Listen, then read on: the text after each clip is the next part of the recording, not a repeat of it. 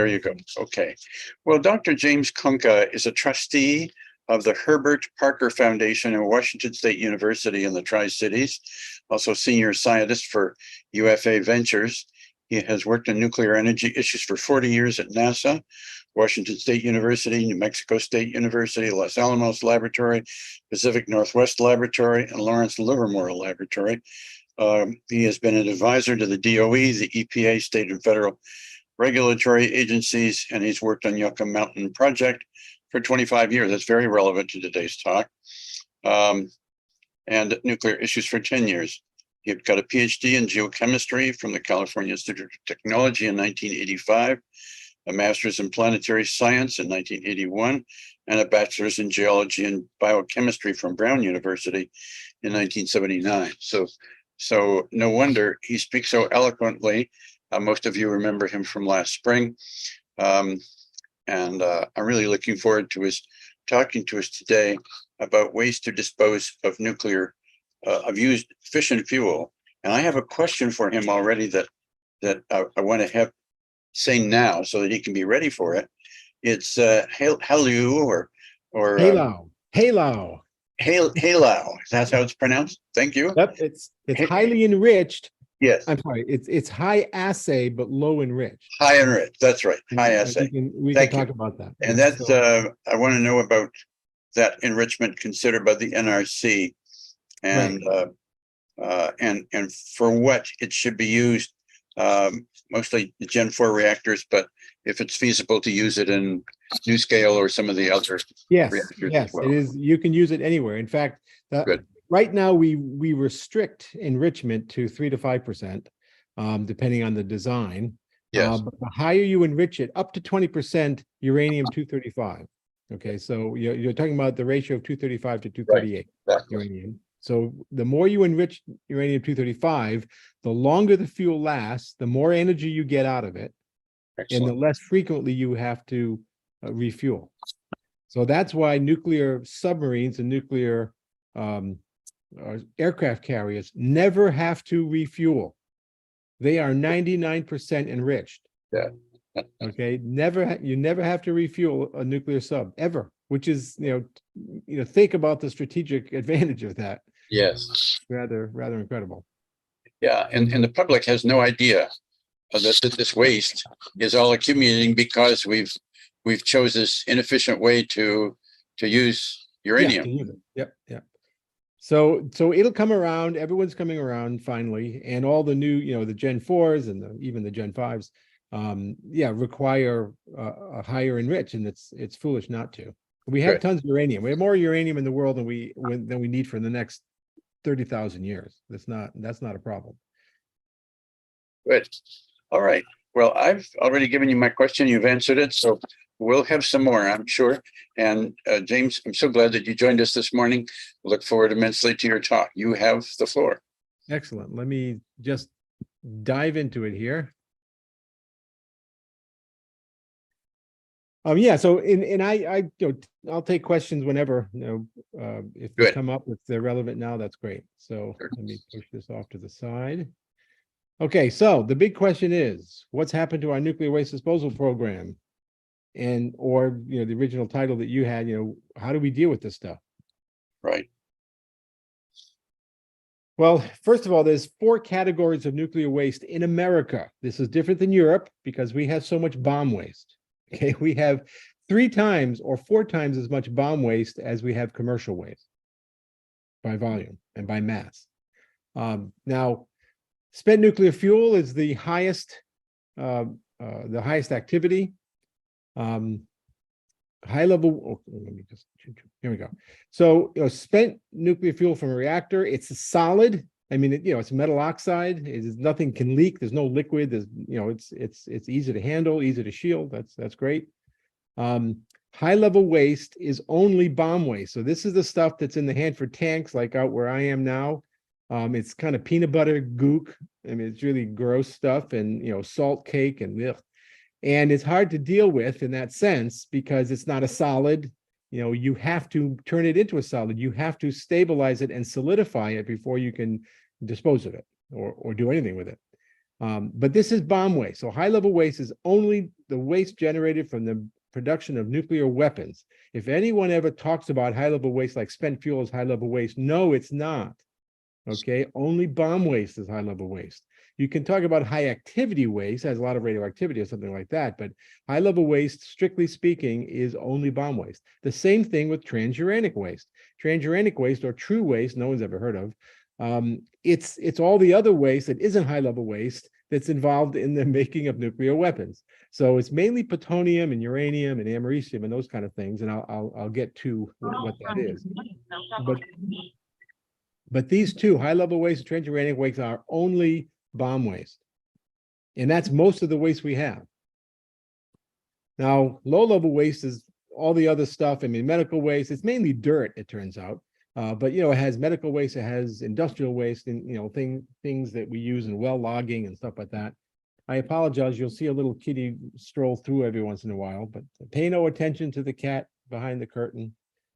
So anyway, now the thing about geologic disposal is that we are required, the top three are required by law to be buried in a deep geologic disposal. And that's, of course, the best thing to do, because the earth is the only thing that's been around for more than a few, tens of thousands of years. So if you want something to go away forever and ever, don't use a man-made system, use a natural system. So a little short nuclear primer is in order here. Uranium-235 splits easily or fissions easily. Uranium-238 does not split easily. Now, this goes throughout the entire periodic table. Those things that fission have odd-numbered masses. So uranium-235, uranium-233, plutonium-239, those things split easily because they're more unstable because they have an odd number of nucleons. Okay, odd number of neutrons and protons. Uranium-238 does not split easily. Your plutonium-240 does not split easily. They have even numbered nucleons. So, keep that in mind. And if you can ever remember which one is 235, 238, think of that. So unstable, odd, stable, even. Now, natural uranium ore is only 0.7% 235. And, it's like any ore. You have to mine it, you smelt it, you concentrate the uranium in something called yellow cake, which is U3O8, and then you have to enrich it. Now, in order to maintain a chain reaction, whether it's controlled or it's uncontrolled, in order to have a chain reaction. Now, the funny thing, why uranium-235 is so low in concentration is because everything in the room around you and everything in your body except hydrogen and helium were formed in a supernova explosion 6.3 billion years ago next to our condensing solar nebula, and it blew all the heavies because you can only create heavy elements in a supernova explosion. That's the only way you can get the pressures and temperatures high enough to stuff neutrons and protons together into nuclei that are dense. All right. Now, when that happens, of course, there's a whole bunch. In fact, during a nuclear supernova explosion, you form about 1,000 elements or more. Okay. The problem is they're so unstable that 99% of them just die away in the first few seconds or hours after their formation. And then, the really short half-life stuff are all gone. So it's just, you're just left with the long half-life material like potassium-240, uranium-238, whose half-life is 4 billion years. So we've only, since the Earth was formed, 4.38 billion years ago, we've only been through a little over one half-life. Now, uranium-235 has a half-life of 700 million years. So since its formation 6.3 billion years ago, it's been through 9 half-lives. So not much of it is left. So you have to separate it and enrich the uranium-235. Now, for a reactor to produce power, you don't need to enrich it much. 3 to 5% is what we chose a while ago, as per your question, Richard. But anything up to 20% is considered low enriched. So anything between 10% and 20% is considered high assay low enriched, right? Now, if you want a bomb, however, you need to enrich it all. and 235 or plutonium-239. It has to all be, splittable, because you want it all to go off in a microsecond. It has to go off at the same time. If it kind of drags itself out and some goes off and some doesn't go off, then your bomb's a dud. And if you're going to use nuclear weapons, they better not be a dud. Okay, you'll be in big trouble after that. So anyway, so you need to enrich it. So if you are a bomb, a neutron comes in to uranium-235, it splits it into two unequal pieces called fission products. 3 neutrons out and a bunch of energy. So, that's how this works. 3 for 1, such a deal. All right, that's why this works. All right. Now, if you're a bomb, you're all 235. So those 3 neutrons see another 235, and that splits, and now you're at 9, 2781, boom. So now in a microsecond, you're at 10 to the 20 neutrons. And the pressure, in fact, the power has nothing to do with radiation. The power has to do with these 2 pieces flying apart. Okay, the kinetic energy of these 2 pieces flying apart is what produces the pressure and temperature in a bomb. And it's just a bomb. Okay, I mean, it has nothing to do with radiation or anything else. Hiroshima and Nagasaki killed about 250,000 people.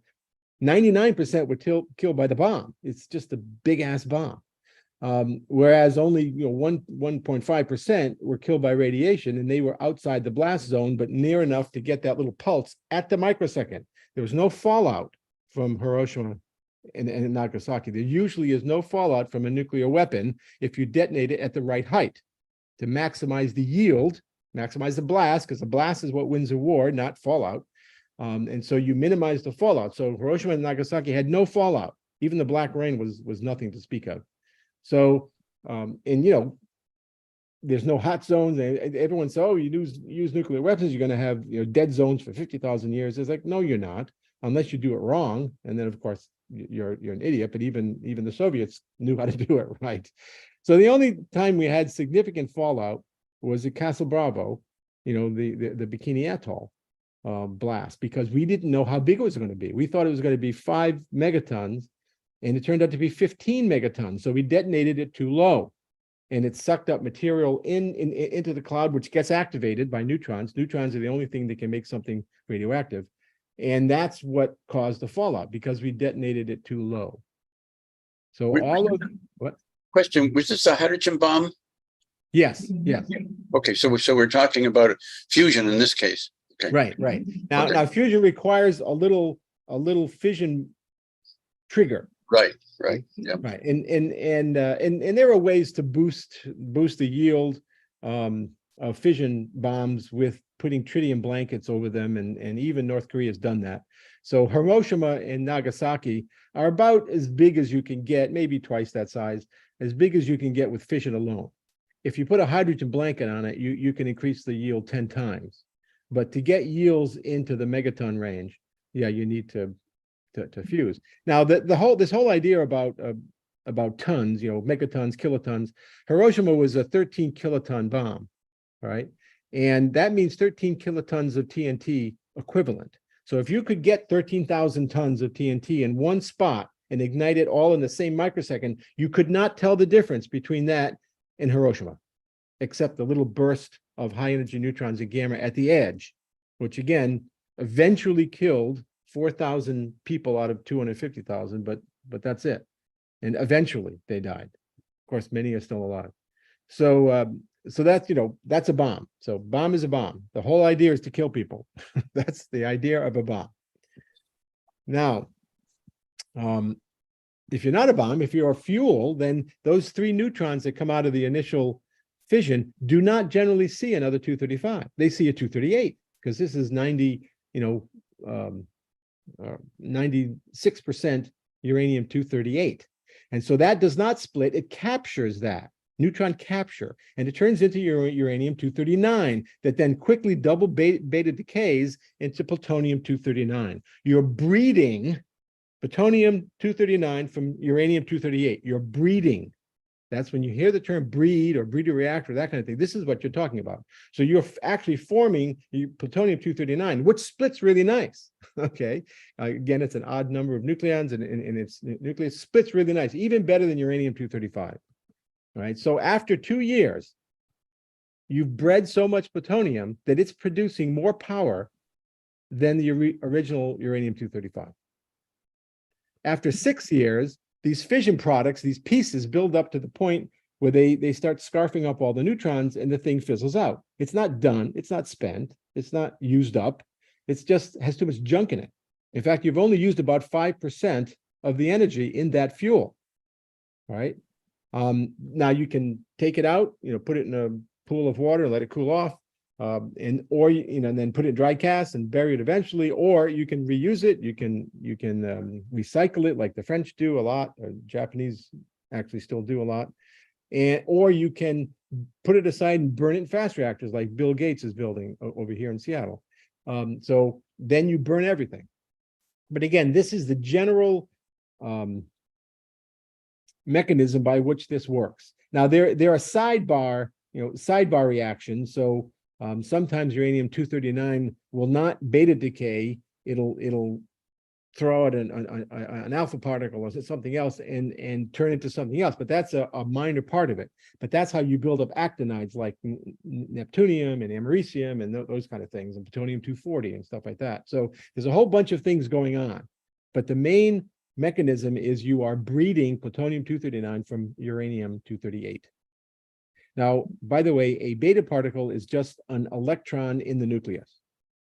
Okay, electrons are only in the electron cloud. So beta particles are the nucleus's version of an electron.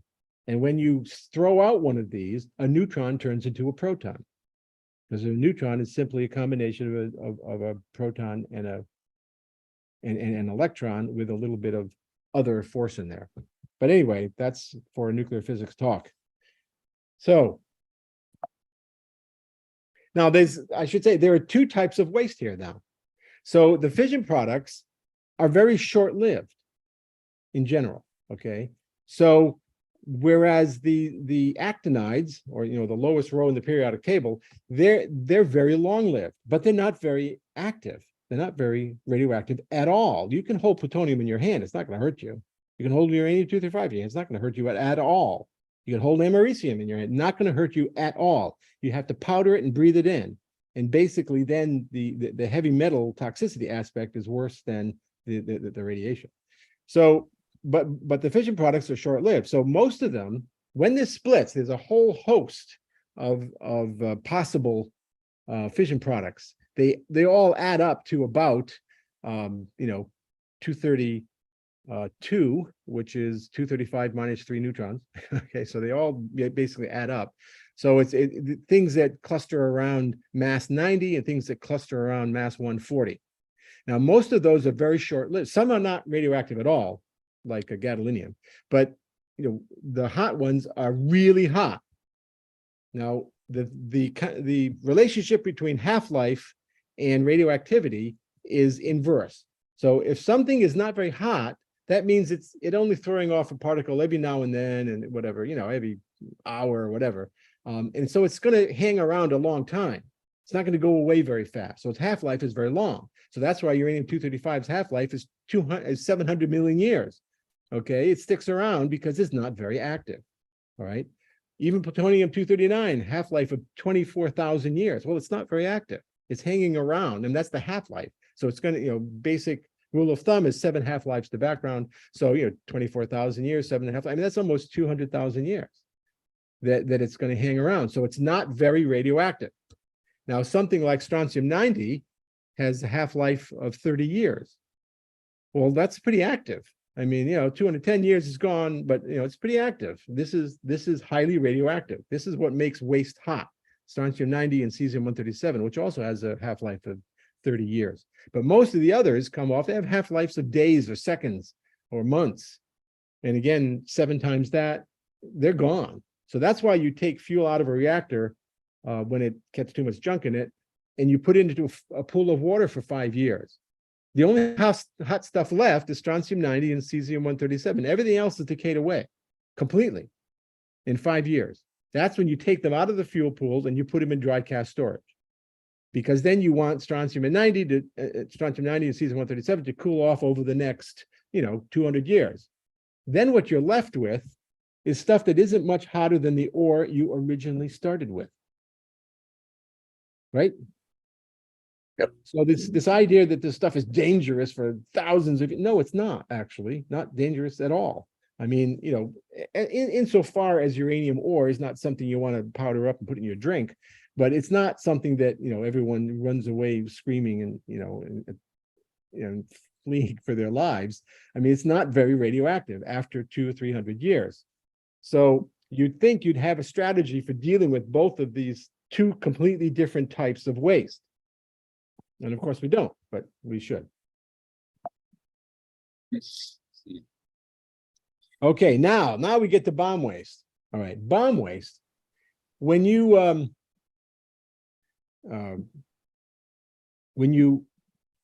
enrich, well, I'm sorry, to make the whole idea that you want plutonium-239 instead of uranium-238. I'm sorry, 235 in your bomb material. Now we made both. You know, we made Little Boy and Fat Man. Fat Man was plutonium. Little Boy was uranium. We knew uranium would work, but it doesn't work as well as plutonium. You don't need as much plutonium, or much less, to make a new nuclear weapon than you do uranium-235. And it's also so it's not as heavy. So if you want to missileize nuclear weapons, like we were thinking of course, right away, you want plutonium. All right, you don't want uranium. So that's why we made Hanford. That's what that Manhattan Project was about. Okay, not just enriching uranium, which we didn't need a reactor for, but we need a reactor to make plutonium. So you make nuclear fuel just like this. You have a nuclear weapons reactor like Chernobyl was, not normal reactors. Okay, because you want graphite to moderate the speed of your neutrons so that it makes more plutonium. Right. So, and that's, you know, we can get into Chernobyl at some other time, but that was one of the stupid things about it. It was designed to build a ton of plutonium, make a ton of plutonium, and as well as energy. But that's what happened. So the graphite caught fire. By the way, it's still burning, and because it was 60 tons of it. Anyway, so if you want a bomb, then you have a weapons reactor. Doesn't make, you know, the 9 weapons reactors we had out here at Hanford couldn't make electricity if they wanted to. They're just to do this. So you put the fuel in, you only leave it in 6 months. If you're going to make a bomb, you cannot leave your fuel in for more than 6 months. That's why used fuel from a nuclear reactor, power reactor, cannot be used to make a bomb because it's been there 6 years. Okay. So after 6 months, you start breathing in what are called neutron poisons. All right. And like plutonium-240, which doesn't split, but it just absorbs neutrons, which you don't want in your bomb, right? You want all the neutrons you can get at the same moment. So you take it out after 6 months, you dissolve it up, and you put it through a series of steps to separate and purify the plutonium. All right. Now, by definition, anything coming through the first 2 steps, you know, these steps, they get out most of the fission products, right, and all the other junk. All right. Because you don't want that. That goes into what's called the high-level waste because it has most of the fission products, which are high level, right? Highly active, you know, radioactive, like cesium and strontium. Now, the next 3 steps are polishing and concentrating plutonium. And so that waste goes into what we call the true tanks, the transuranic waste tanks, because it's mainly plutonium and americium and uranium and other stuff like that. It doesn't have a lot of fission products in it. All right, but so that's fine. So there are 2 types of tank waste. Now, the weird thing is, and there's 177 tanks up here at Hanford. 20 of them are true tanks, and the rest are high-level waste tanks. The problem is the definition of high-level waste and transuranic waste only comes from where it comes from in this process, not how radioactive it is. Okay, it has nothing to do with the level of radioactivity. So you say, well, why do they call it high-level waste? Because it came from these 2 steps, and that's where theoretically most of the hot stuff is from. Right now, what's happened since 1970 is that we've removed most of the cesium and strontium. All right, and the others have all decayed away. So now this stuff is no longer high-level waste from a technical standpoint, a scientific standpoint. It only has the high-level waste barcode. It only has the name high-level waste. There is no high-level waste left at Hanford. Need to let that sink in. There's no high-level waste left at Hanford. It is all transuranic or low-level waste. So you might say, why are we spending $100 billion vitrifying this stuff if it's not high-level waste? Because no one in their right mind would vitrify low-level waste. I leave that as a question. Well, because science doesn't enter these decisions. That's why. So Right. Anyway, so we've been trying, and I wrote a paper on this for the DOE lawyers, trying to change the category of these wastes so that we can do them correctly for a fraction of the price or a fraction of the time. But the state of Washington is very upset at that. They don't want to change the designation of the waste because they're afraid they'll lose control of it. And I laugh because you don't have control of this anyway. What are you, crazy? So so whatever, but that's the political battle that is ongoing. Now, back 1957, the year I was born, actually, the National Academy of Sciences was approached, well, in 1955 or so, the National Academy, the Atomic Energy Commission, the predecessor of DOE and NRC, approached the National Academy of Sciences and says, you know, we've been making bombs for a while. We now just started up our first new commercial nuclear power plant at Shippingport, Pennsylvania. You know, we're accumulating this weird waste. You know, what should we do with it? And National Academy of Sciences, great. They had some scientists like me that actually knew rock, and probably took a half hour around the lunch table. I kid you not. There's only in one place that you ever want to put nuclear waste, and that is Permian salt. Massive, not bedded, not domal, massive bedded Permian salt, okay, of the kind that we have plenty of, more than anyone else in the world, actually. And the nice thing about this is that it takes 1 billion years for water to move an inch in this rock. Let that sink in. It takes water 1 billion years to move an inch, and that's an upper limit, actually. It is absolutely impermeable. That's why it makes a great cap rock for fossil fuel, for oil and gas. But anyway, and then the other thing about it is at depth, at like a half mile depth, the overburden pressure of the overlaying rock squeezes it. It's geologically, it's called a soft rock. Although if it threw a piece of your head, it would really hurt. But it's a soft rock by, structurally. So it's actually semi-plastic. It will collapse. It cannot sustain a fracture or an opening for more than 20 years. And so that's perfect. It's self-sealing. You couldn't imagine a rock this good for this purpose. So in 1957, they chose that. Best decision we've ever made scientifically. Should have continued with that, but it got political. 1970, AEC establishes these 4 categories of nuclear waste, and we formed the EPA. So a lot of turbulence in the 1970s. Good trouble, but okay. 1976, we said, hey, we're not going to reprocess because, unfortunately, people were saying you could make weapons out of it. Cannot make weapons out of it, but hey, whatever, science. So this first Secretary of Energy was Jim Schlesinger. He was a great economist. He wasn't a scientist, a great economist. And someone got his ear and said, we might change our minds. We might want to reprocess in the future. So let's not use the salt, because the salt collapses and permanently stores this for 1 billion years. Let's think of this as a department store. We want a revolving door. We want to be able to get this waste back out if we want to use it again, which is insane, okay? Because you're not going to spend billions of dollars putting it away and then billions of dollars getting it back out. I mean, that's so stupid. It's not even funny. Also, we don't need it. I mean, if you're going to dispose of it, we got tons of uranium, more than we could possibly use, and we know how to extract it from seawater now. So it is essentially renewable and completely infinite, as far as we're concerned. So anyway, but hey, okay, so they decided, okay, we want a retrievable repository. So now we're going to separate high-level waste and spent nuclear fuel and find another place for it. Now, the transuranic still went on in the salt because no one even knows what transuranic is, so it kind of went under the radar. But that's was the beginning of the end for our nuclear waste program. So 1982, the Nuclear Waste Policy Act codifies this into law.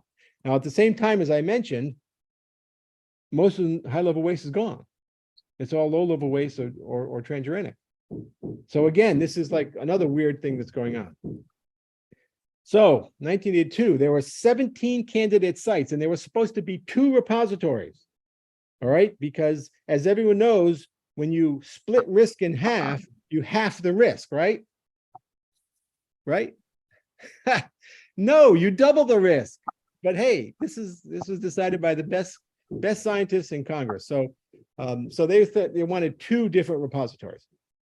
And of course, that's absurd. We'd only need 1. We don't have enough waste ever for the next 1,000 years to justify more than 1 repository. So there was some in the South and in the West, and there's some in the North and the East. Now, very powerful Eastern politicians and Northern politicians at that time, much more powerful than the West, because even in 1982, the West didn't have a lot of population then. It's skyrocketed, but so they said, oh, no way out here. Okay. And then the others said, oh, but not here. So it came down in 1987 to 3: Yucca Mountain, Nevada, Hanford, Washington, where I am, and Deaf Smith County, Texas. Now, who was Speaker of the House in 1987? Jim Wright from Texas. Who was House Majority Lead? Tom Foley from Washington. So there was this new junior just been elected to the Senate called Harry Reid. Oh, yeah. And so they said, Harry, it's yours. And that's it. That was the sum total of the decision for Yucca Mountain. Okay. And of course, since at that point, I was working on Yucca Mountain at the time, and I was in Vegas. And the next day, the headlines were the Screw Nevada Bill. Those are the headlines all across the state, the Screw Nevada Bill. And it's true, it was. So you couldn't since that point, you couldn't get elected dog catcher in Vegas if you were for Yucca Mountain. So that's, that's that. So Nevada was chosen. Now, Harry Reid, of course, so what comes around, goes around, comes around. So here's Harry Reid comes up and becomes the Senate Majority Leader in 2006. And so he tells Obama in 2000, right after the election, you're going to kill Yucca Mountain, right? Or you're not going to get my help in the Senate. Okay, I mean, it's politics, right? So everyone screamed, oh my God, politics. It's like, yeah, well, politics, birthed this thing. Politics killed it. Okay, that's why you have to follow the science, not the politics. Now, Obama, so I was very glad. People were kind of upset. No, I was incredibly happy because Yucca Mountain's the worst rock you could put anything into. And I'll get to that. So 2009 halted. Obama put together the Blue Ribbon Commission, of which I was part of, to develop a new strategy. And away we go. Okay, so what makes a good deep geologic nuclear repository? There are 7 criteria we have used throughout history to do this. A simple hydrogeology. You have to understand it. Otherwise, something could surprise you later that you weren't planning on. Simple geologic history. Yeah, we kind of know, what's going on, all right, geologically, and what's going to go on geologically. A tectonically interpretable area. Yeah, we need to know where it is in terms of plate boundaries, where all the motion goes, where all the faulting and folding occurs. We need to understand where it is in the plate. Isolation robustly assured for all types of waste. It should not depend on the waste. All right, the waste, you choose a rock that doesn't care what the waste is or what form it's in. All right, that's a good rock. Minimal reliance on engineered barriers. Now, I love the pyramids. Pyramids are great, okay? But we don't make things that last 10,000 years in general. Just look at sidewalks, okay? So, if you think you're going to put an engineered barrier in to contain this waste for 1 million years, you're crazy, okay? Next, performance is independent of the canister. Yeah, your canister doesn't have to be super duper copper, expensive canister. It just has to meet the Department of Transportation requirements to get to the rock. All right. After that, who cares whether it corrodes in the underground? It doesn't matter. The rock is doing everything you need it to do if you pick the right rock. And then this last one is kind of interesting. A geographic region that has an existing and sufficient socio-political and economic structure, blah, blah, blah. We call it the Walmart effect. If you don't have a Walmart within an hour's drive of this site, you will never get workers to work there. Because along with Walmart comes schools and churches and everything else. So no one's going to move there and work for years when their family doesn't have a place to live. All right. This isn't the Manhattan Project. And even then they build houses. So the whole point of this is that, you need to be in the right place, not just the right rock. And this is very important. So let's go to Yucca Mountain. Now, Yucca Mountain is a highly fractured, oxidized, variably saturated, dual porosity hydrologic system that sits on the edge of the Las Vegas shear zone. Now, which words there inspire confidence? Okay. It is the worst rock you could possibly want to have this in. Okay. But hey, it was picked by the best scientists in Congress. Now, so let's go through this list. Simple hydrogeology. Oh my God, no, it is so complicated. It took us 20 years to figure it out.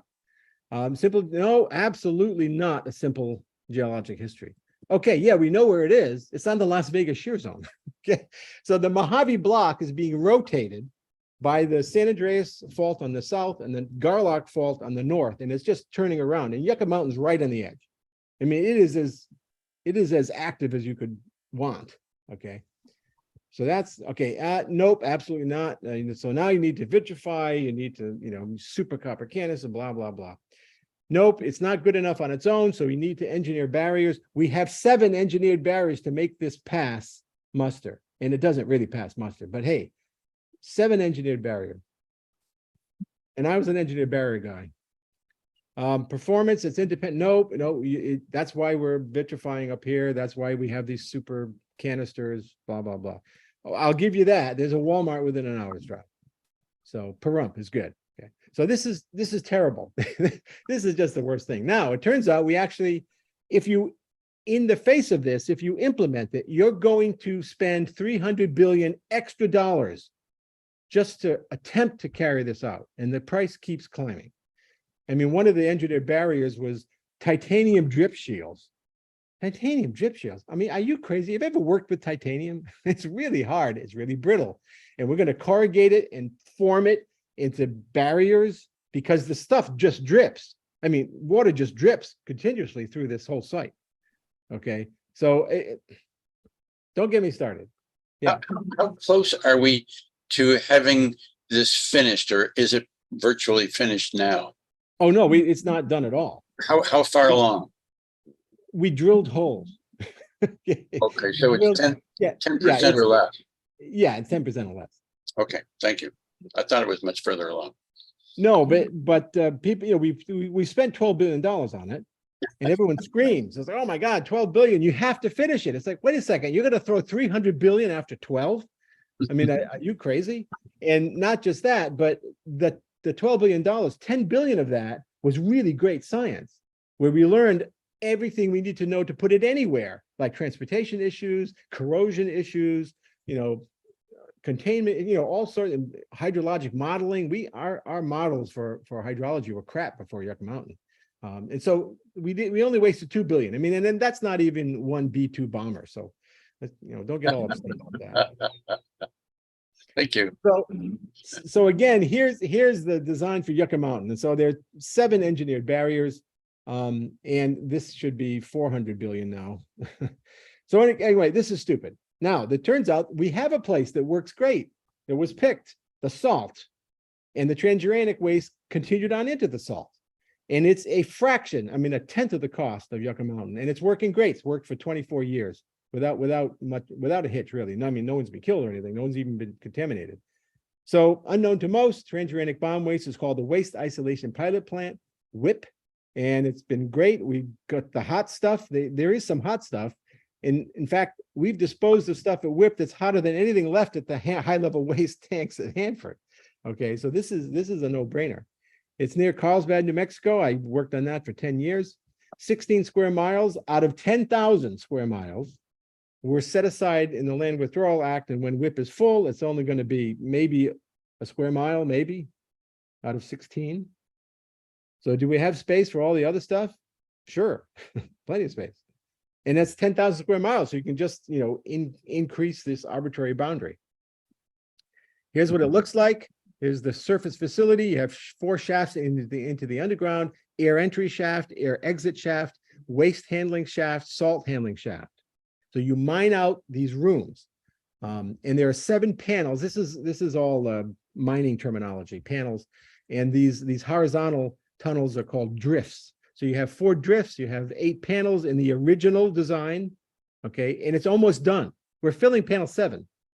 Okay, I mean, this program is 10 years ahead of schedule and $1 billion under budget. Now tell me a government program that is ahead of schedule and under budget. It's because it's the right rock. That's it. This is the right place to do it. It's easier than we thought it was going to be.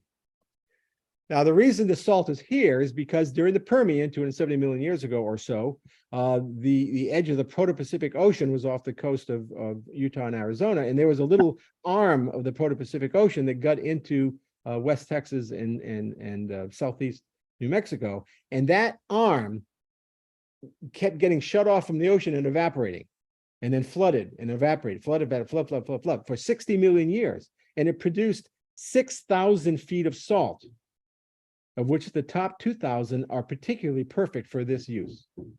Now, what's interesting is if you had a piece, I apologize for that. If you hold it up to the light, you can see little square bubbles, little square crystallographically trapped 270 million year old seawater. And that is a testament to how isolating this rock is. And in that seawater, we found DNA, and it's viable. This is Permian Park. So, and it's great. It's just halophilic bacteria, salt-loving bacteria. It's no big deal. Hasn't changed much in the last billion years.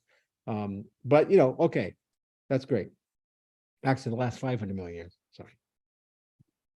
And of course, since I mentioned this is a soft rock, blasting, so you just get these continuous Marriott miners that have tungsten carbide fingers, and you just drill it out. I mean, it's great to watch, actually. It's really, really fun. And I wish I used to take a lot of people down there, including Jim Clyburn and other key people. And again, it started in 2009. In 2007, we started doing the hot stuff. So this is a piece of cake. We know how to do this. This is the same container you do spent fuel in. I mean, this is easy.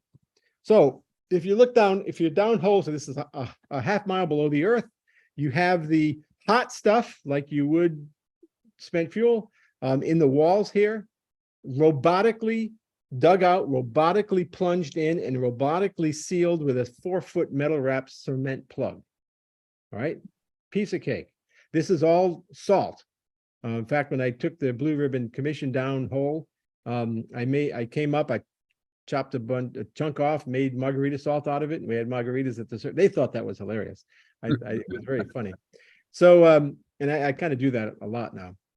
So this stuff is the plutonium waste, and so the transuranic waste, which isn't usually very hot, and it only need a 1/4-inch mild steel drum or standard waste box. Whoops, standard waste box or 10-drum overpack.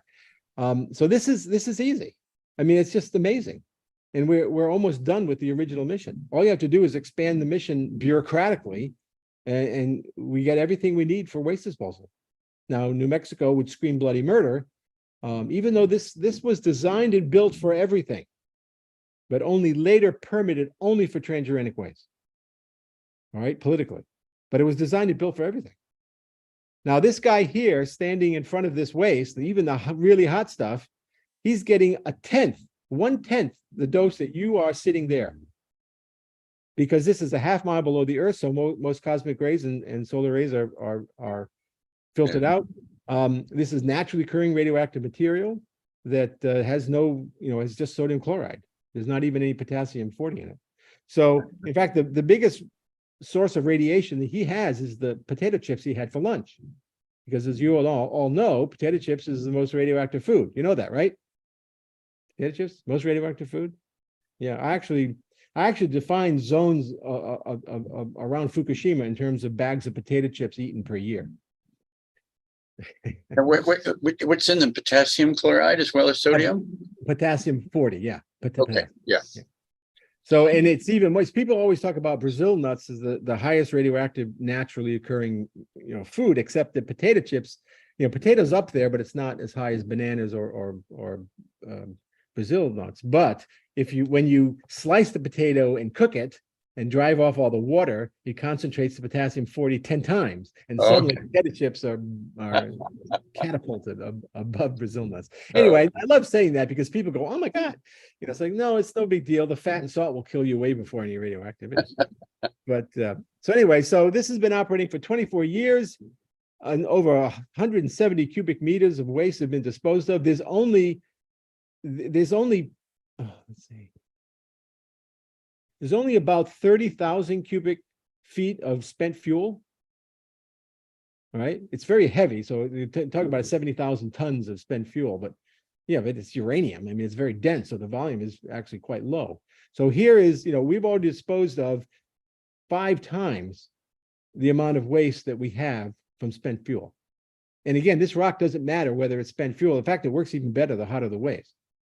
Because if you look, so again, you put this in here.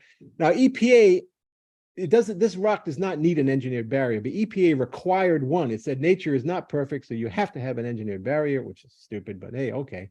So we picked MgO, magnesium oxide. It's really a nice, cheap material. It's a powder, basically. So you put it in big sacks on the top. We were planning on putting it along the sides, but that's not true anymore. Sorry, this is an old slide.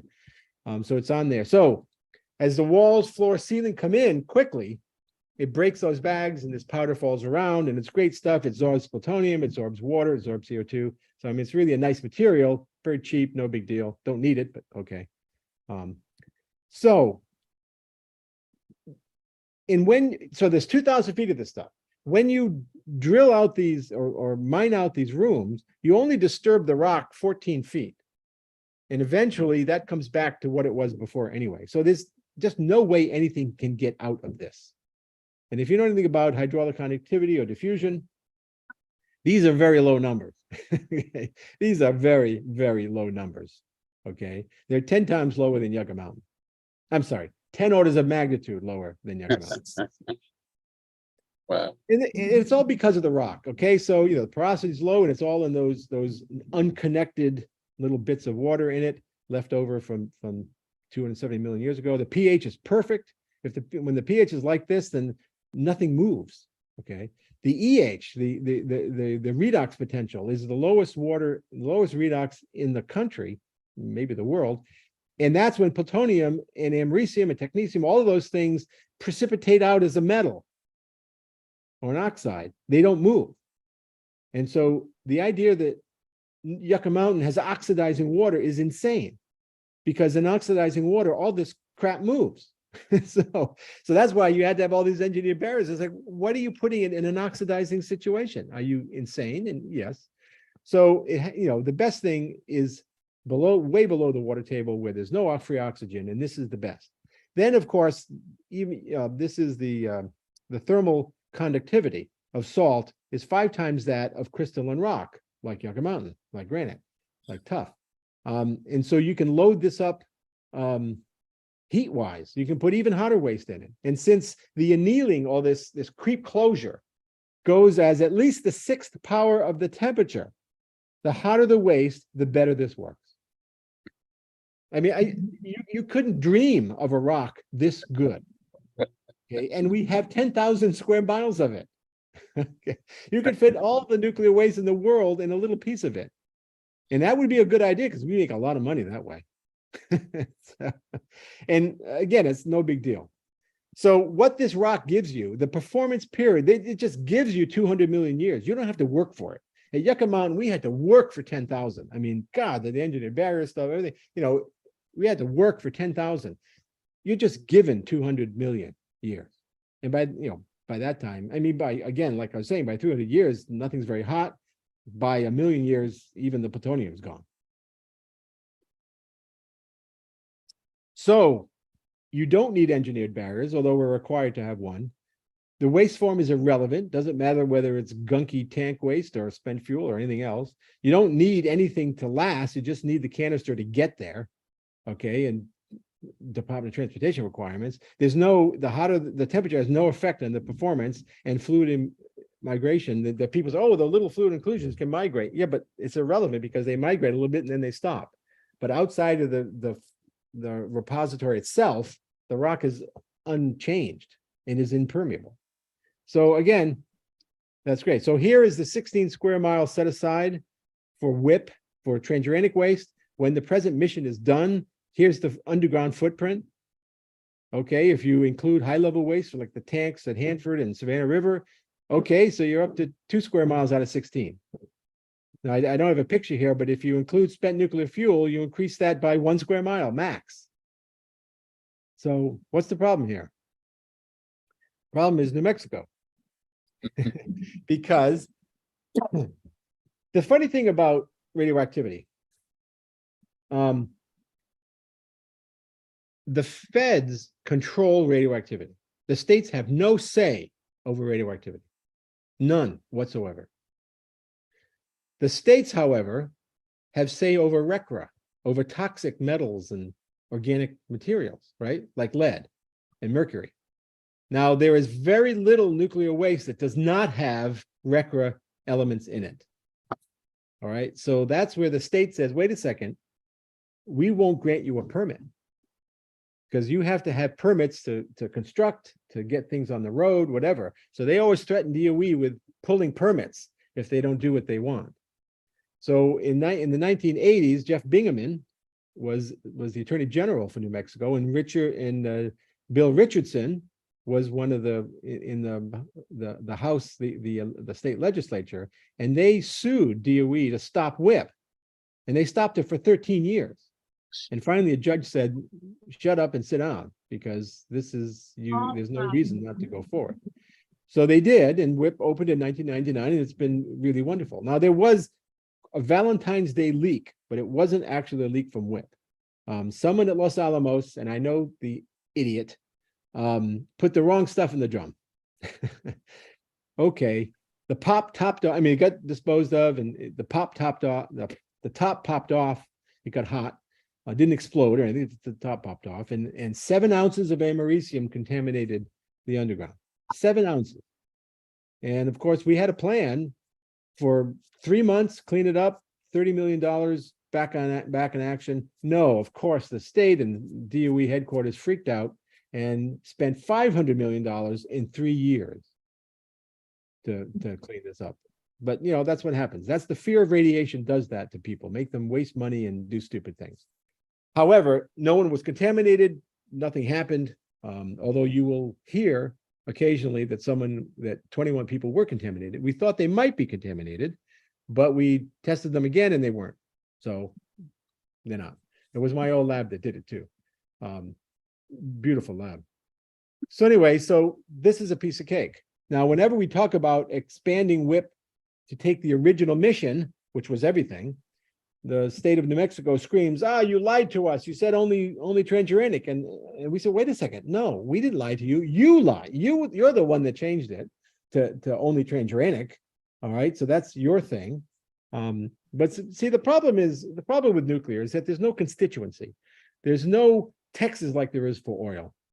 No West Virginia like there is for coal. There's no congressional delegation that cares anything about nuclear. All right.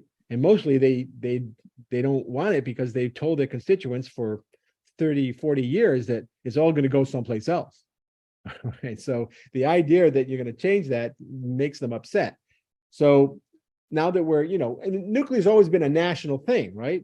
Both nuclear weapons and nuclear power, it's always been a national thing. And now that we're 50 squabbling children, it can't make a decision on anything. Nuclear is the one thing that really suffers. Now, interim storage for spent fuel, it's actually good for 160 years. 160 years. Almost everything's gone, but the hot stuff is gone. And most of the cesium and strontium is gone too. So now these are overbuilt. I mean, we run these at 80 miles an hour into a bunker, and everything else explodes and everything, and these things just bounce around, and you cover them with a crane and put them back on the track. So I mean, this is amazingly easy, and it's spent fuel is a solid. There's nothing to leak. It's just a piece of cake. And if something happens to one of these containers, you just put the spent fuel in another container for another 160 years. I mean, there's just no risk here. The risk is actually, you can calculate it, and it is not statistically different than zero. I love using that term. The risk is not statistically different than zero. Yeah, no one ever likes to say zero, but hey, it's zero. Now, you've probably heard of borehole disposal. I never liked it. Now I like it a little bit more, especially because of the small modular reactors and the new designs. Aren't So they doing borehole, aren't they doing this in Finland as well? no, they're doing a traditional. Oh, okay, I see. Thank you. Now, countries like Finland and Sweden and others are considering this. Okay. And there's the leading company on this is called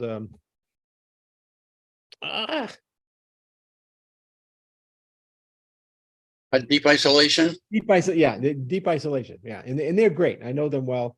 They're great.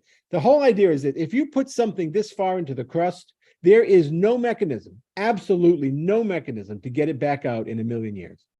Okay, it has to go through plate tectonic changes and be uplifted or downlifted back into the mantle, whatever. There's no way to get this back out. Now, the issue here is then you have to drill a deep hole big enough to handle your waste. So for traditional spent fuel rods, that's pretty wide, okay? But the new reactors, like things that are molten salt reactors or here are the new reactors, so like pebble bed reactors. I mean, you can make your waste canister long and thin. You can make it whatever you want, okay? And so that's perfect. And the other nice thing about deep borehole is that when you get down here, the overlying rock, water table, anything, nothing matters. Okay, so you can put this anywhere. There is no place in the world where being this deep in the crust isn't good.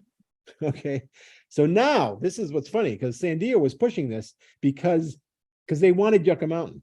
Okay, but they pushed this because it scares every delegation, every congressional delegation, because now you're going to say, oh, well, you can have your own state can have their disposal system, right? You don't have to leave the state, because it doesn't matter whether you're under New York or whether you're under, Minnesota.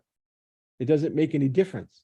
And so now you would have 32 nuclear waste disposal systems in the 32 states that have nuclear waste. And that scared the heck out of it. So anyway, but this is not bad. So for the new reactors that aren't big fuel rods, this is really good, and it's really cheap. So this is what we have. This is it.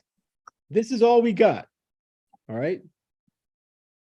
We have defense waste, transuranic, and high level, of which high level isn't high level anymore. So either redefine it as true, that portion of it, and send it to WIP like it should do. It's already on the books. It's legally, it's great. You just have to have a permit for it by the state of New Mexico. Or you find a second salt repository. We have so much salt, it's not even funny, okay? But that would be dumb, because you don't need a second repository. It's going to double the cost. You redefine high-level waste, as most of it is actually low-level waste. And then we have Texas, Utah, South Carolina. We have places for low-level waste, lots of them, okay? Or you don't do any of that, and it stays right where it is. And that's unfortunately what's going to happen. It's going to stay right, at least for 100 years, till we get our act together here. And of course, if you look at the EIS, the environmental impact statements, if everything stays right where it is, there's no actual risk. Even Hanford site, if all that stuff leaks out of those tanks, by the time it gets to the river, the peak dose in the year 5000 is 4 millirem a year. 4 millirem a year. Background is 600. Yeah. I mean, are you insane? You're going to spend $400 billion to save 4 millirem? And actually, even if you do what you're supposed to do, what has leaked out already will give you 1 millirem. So you're only dropping from 4 millirem to 1 millirem, and you're going to spend $400 billion. Oh, okay, that's fine. Hey, we're rich. We're rich. That's good. Oh, wait a second. No, we're not. We're broke. Wait. Anyway, so that's the defense waste. Now, the commercial waste, you either put it in interim storage until you get your act together and expand WIP to do everything, or like that, or you burn it in fast reactors later this century when they actually come on board in a big way. Like, again, Bill Gates is building. China already built one. It's small, but they built it. They already built 2 pebble bed reactors and hooked them up to the grid at half the cost and half the time. And we can do this. This is not a big deal. All right. In fact, a lot of people who are anti-nuke say, "Oh, all these new reactors are all theoretical." No, China's building them. Okay? Yeah. That's what it is. And we built test reactors in the past, so they're not new. Or this. Got a little question here. I don't want to hold you up. I know you've got 10 minutes, right? And you've got a dash, right? Right. I'm sorry. Yeah. Okay. So I just want to get a question here. You've heard, I'm sure, about Copenhagen Atomics and their interest in keeping the cost of nuclear energy down. Right. Right. They're a thorium salt reactor. Exactly my question.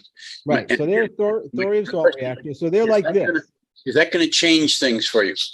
Not really, because again, there's no real problem anyway. Okay, it's all political. Okay. But the nice thing about the small modular reactors is that everyone likes the sound of them. Yeah. I mean, I was just at a meeting because I'm a state Washington State Democratic Central Committee member, and I'm on the platform committee, and I'm trying to get this horrible anti-nuke language out of the platform. But okay, so and I was talking, rabidly anti-nuke people, but when you mention small modular, they go, oh yeah, that sounds good.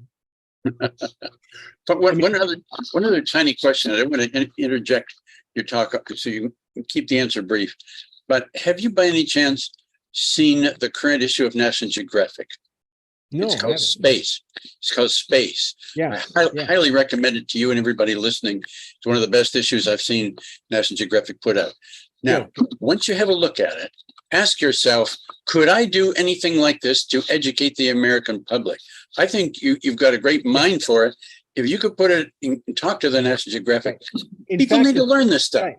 Well, I know it's hard to get a venue. That's what the problem is. Right. So anyway, so now my speaking of the state legislature, my local rep here formed a nuclear energy caucus for the first time.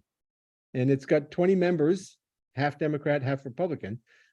And I'm taking them to visit nuclear power companies in the Puget Sound around Seattle. And one of those is UltraSafe, who is building the micro reactor for NASA and for the Defense Department. Those will be the first ones built because the Defense Department wants them, because one of the biggest vulnerabilities in war is supply line. Diesel supply line.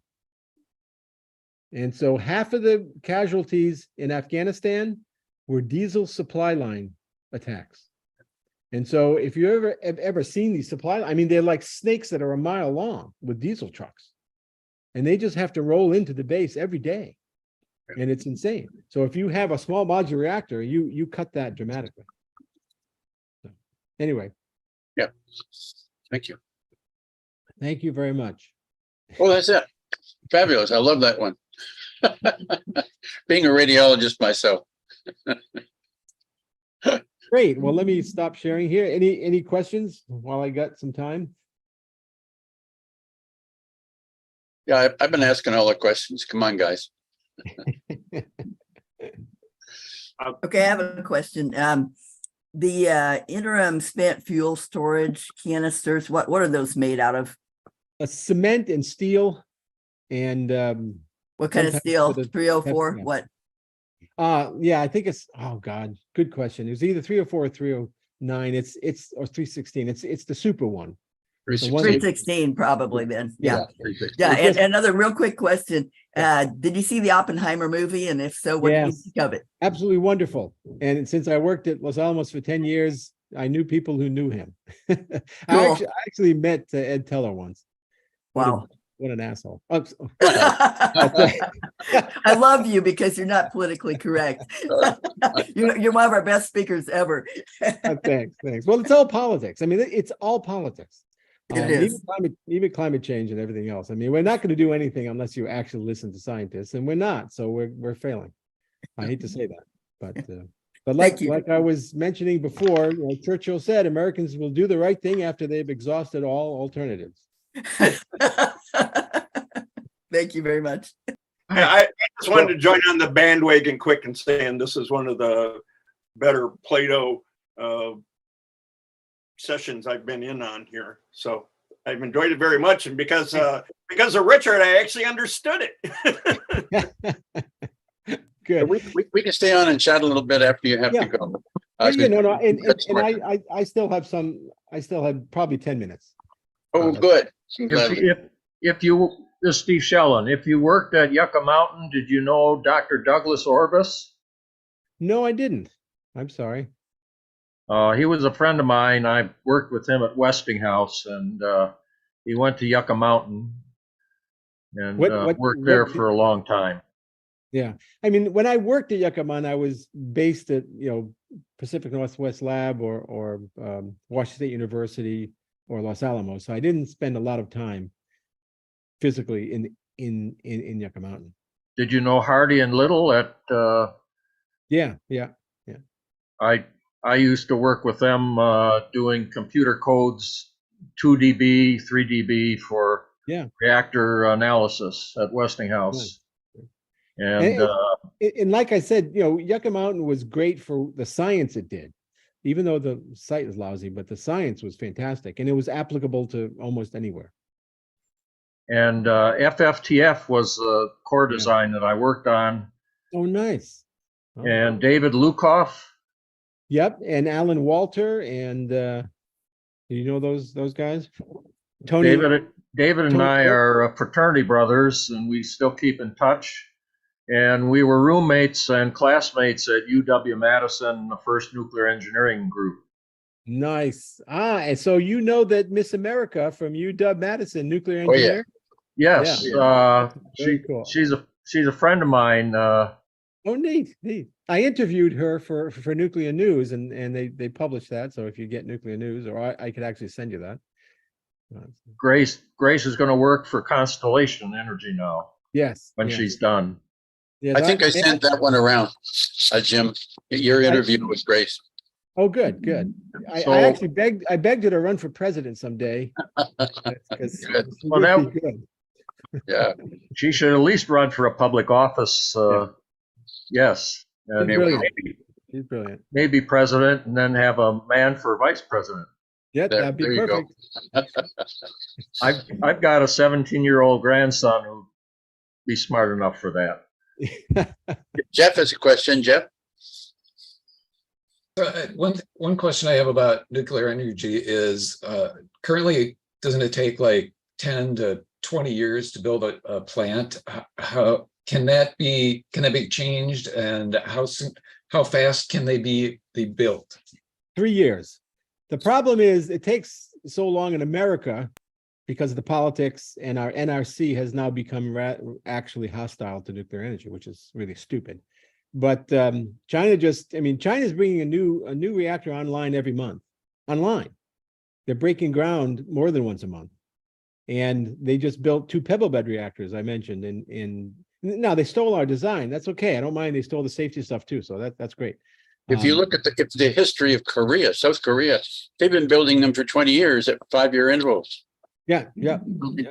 5 years or less. So this is not unique to China either. No, this is just our own shooting ourselves in the foot. That's all. China just puts on more people. Well, yeah, and they don't have subcontractors. Okay. This is the problem with the United States. We have subcontractors. So you have to go out for bid, and then they come on board, and then they're crappy. So we fire them. We have to hire a new subcontractor. It takes 2 years to come up to speed, blah, blah, blah. I mean, this is insane. And you start and finish. That's it. And so because we start and stop, when that happens, you double the price, first of all, and you double or triple the time frame. Right? Well, So it doesn't, it's just dumb. Well, in Wisconsin, we have the Point Beach nuclear plant, 2 units. And when they were built, it cost $165 million. Yep. And they're working great. Yeah. And they're going to work great for another 40 years. They're going for the 60 to 80 year license, and it's held up at the NRC. Yeah, I mean, these, that's funny because people talk about 40 years and they talk about, oh, they're past their life. It's like, wait a second, 40 years was an arbitrary number picked out of the air by the Atomic Energy Commission as simply a good time to revisit everything. Right. But the design life's about 80 years, just like the design life for Grand Coulee Dam is 150 years. But it has to be relicensed every 20 years as well. So, okay, that's fine. I love regulation. Regulations are great. Okay. They just can't be stupid, but most of them are not. And even with the regulations, nuclear is fine. It's just when you start, it's just when NRC changes the regs midstream, which is really bad, then things get a problem. So they already granted a license application to a couple of power plants. I can't remember where they were. And then they pulled them. I was like, wait a second, you can't, and required them to do more. It's like, wait a second, you can't do that. So, yeah, so we're our own worst enemy. So Richard, Yes, after this presentation, I don't see that there's any need for me to talk about radioactivity. yeah, you're down for insights for assessing radiation risk. But Yes, you can yeah. probably come up with something, and if you don't, we'll all just chip in, send us something to read, and we'll all talk about it. Good. Well, I get me think back to talk. after last week, Get me back to talk about Plan B, because do we have a plan? If we don't decarbonize, which we're not going to, do we have a Plan B? We do, but you're not going to like it. So get me back to talk about that sometime. okay. What about thorium? You want to come and talk to us about that sometime? Yeah, thorium's. I mean, it's almost the same thing, okay, except that thorium doesn't split. It's thorium-232, so even number doesn't split. What it does is it captures a neutron and then beta decays to uranium-233 that does split. Exactly. So again, this is one of those breed burn ideas. So you're breeding the fuel right there, and then Yes. you're burning. Yeah. Now they require high enriched, low. High assay, low enriched. So they require HALEU about 19%, because you don't want to go over 20%, because then it's considered weapons, even though you need to get to 90% to be effective weapon. But so they're 20% uranium-235 and 80% thorium-232. And yeah, it's great. I mean, it's great. So, but I mean, it's not fundamentally different. You're still One of the things I understand is it's not thorium itself that's so great. It's the use in a molten salt reactor that makes it truly utilitarian. Yes, yeah. And so molten salt is nice because if something happens to the cooling, whatever, you lose power and all that kind of stuff, the salt just solidifies because you're running at just above its melting point. Do you think so that that's perfect? Do you think that Copenhagen Atomics has a bright future? Yeah, oh, absolutely. As does terrestrial energy in British Columbia. And it's the same thing. So molten salt. And of course, we have 3 times as much thorium on Earth as we do uranium, so that's good too. But the Copenhagen Atomics is talking about 2 cents a kilowatt hour, which is awfully low compared to anybody else. Well, again, nuclear acts in the long run. Nuclear is the cheapest. Well, I shouldn't say that. Big hydro is the cheapest in the long run. Natural gas is the cheapest in the short run. Right. But nuclear is the cheapest in the very long run.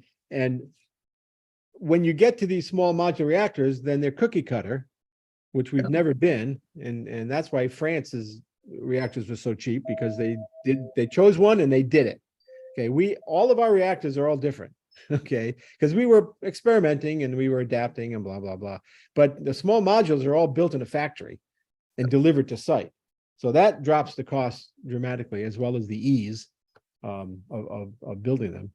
So yeah, but also depends on the country, all right. But right now, the nuclear power plant near me, Columbia Generating Station, it's a not-for-profit. It's actually a government agency, which is interesting.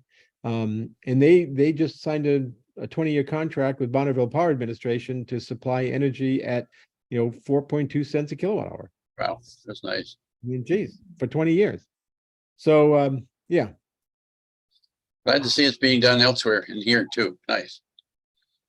Well, that is great. I can't thank you enough, Jim. I think you know that you're popular and well received here. And if you come up with a new story you'd like to share with us, let me know and we will Indeed. have you in a flash. Will do. Yeah, I mean, nuclear waste is fun. Yeah, Nuclear waste is fun. So yeah, it's the attitude matters because everyone is so dour about Yes. nuclear because they're so afraid for no good reason, but they're just so afraid that it's hard. You know, when you start cracking jokes, yeah, it actually helps. So, Good. Well, thank you again so much. thank you. That's wonderful. We know you have to run, and we'll stay in chat a little bit. I think see if there are any other just questions here. But we know you have to go. I think you said so, right? Indeed. But email me any questions. That's great. Okay, I'll do that. If we have some that are, I'll We write them need- down and send them off to you. We need to Thanks. make sure we got a recording of this. Yes, we do have a Yes. recording. You did. You did. Yeah. Thank you. Thank you You're so much. welcome. for all- Bye. Bye-bye now. Bye.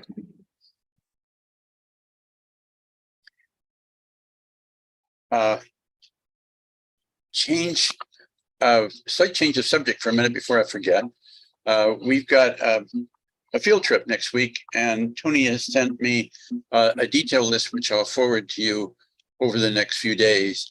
They're very uptight at PLATO. You'd think they were radioactive or something, but they have these big trucks that go back and forth where the parking lot is, and the parking lot is only open for 2 cars. And so we're having to make some special arrangements for one of our members because he lives on the east side and he's going to try and go directly there. But for most of us, we're meeting, if we're centrally located, we're meeting at the Target parking lot here on Junction Road and Mineral Point Road in the southwest corner. And we have, I think, 5 seats filled, but with 1 or 2 more openings in case anybody else would like to join us. So, but I apologize that it is limited in number of people who can attend because of this parking situation. And when we get there, we have to wait in the car and make sure that somebody can give us a signal so that we can get out of the cars and so on. So just to let you know that that's coming up for next week. And then after that, Lou Hainish will talk about batteries, electric cars and clean energy. And that will be very broadly of interest to all of you, but just giving you a little update on these next 2 weeks. Any other thoughts that you might have that I could help you with or write down and forward to Jim Conca? Anything out there? Richard, I'm on the east side too. Yes. So who is it? Or I don't know if he wants to share a ride or. Yes, I think he could. His name is, hang on a second. You know him.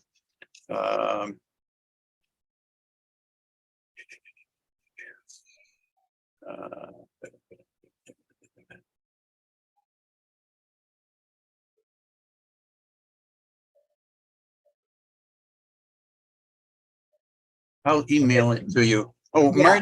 Marty Jenich. Do you know Marty? I can't place him right offhand, but Okay. I probably recognize him. Yeah, he's a good photographer, and he joined us at the factory where we went last spring. He was with us. Okay. I'll send you his Is he email. Sun Prairie? Is he Sun Prairie? Like I think so. Yeah. Because I could pick him up in the Tesla if he's Sure. interested. Okay. I'll have him write to you right away. Thank you. Any other thoughts, comments? I think you're coming. Don Reeder, right? Yes, indeed. Good man. Good man. Glad you can make it. And as I say, there's room for probably one more. If anybody would like to join, let me know.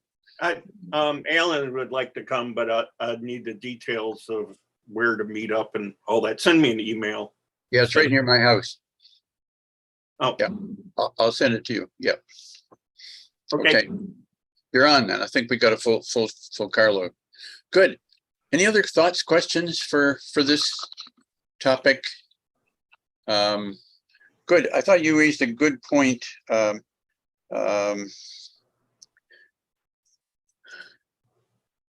Stephen, about your topic, and we can talk about that sometime at our Friends of Fishing meetings, and see how you would carry on with what we heard today, and then what you might add. So that looks good. I'll just say, and probably others of you out there thinking the same thing, is I plan on tracking down the link to this video and sharing it with others who I think would find great interest.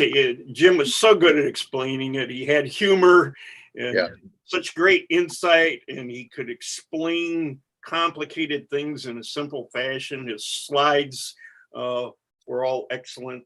It's just really hard to beat. And I'm not so much going to send it to people that I think need conversion, or but to equip people who are already on our side with more information, and make them better able to explain things. And I learned a lot about Yucca Mountain today that I didn't know before, and all the reading I've done on it. And so I especially appreciated that. But yeah, he's great. In terms of finding those links on YouTube, they're generally up within 48 hours, according to Stephanie, with whom I was speaking this morning. And they can be found at platomadison.org. And then just look for past recordings. And you can scroll down, and they're done chronologically. So the most recent ones are at the top. And there is only one other, one of the 40 chapters in Plato that records. So we're lucky in that regard. And it doesn't take very long to find us and scroll down. So good.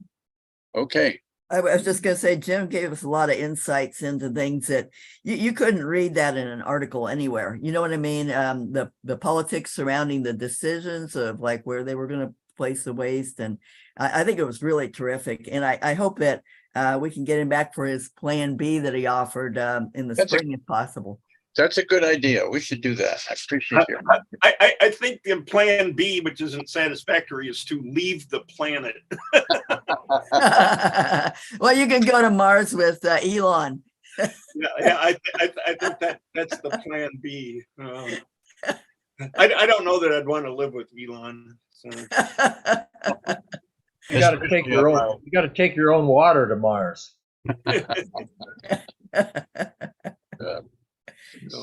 Okay. Well, that's great, guys. I'm glad that and gals, I'm glad that we all had that good interaction from today's speaker. You all have a good week, and we'll look forward to meeting a few of each other next week, and the whole group in 2 weeks to hear Lou talk about batteries, electric vehicles, and clean energy. So meanwhile, have fun, everybody. Bye. Bye-bye. Thanks, Richard. It's a pleasure.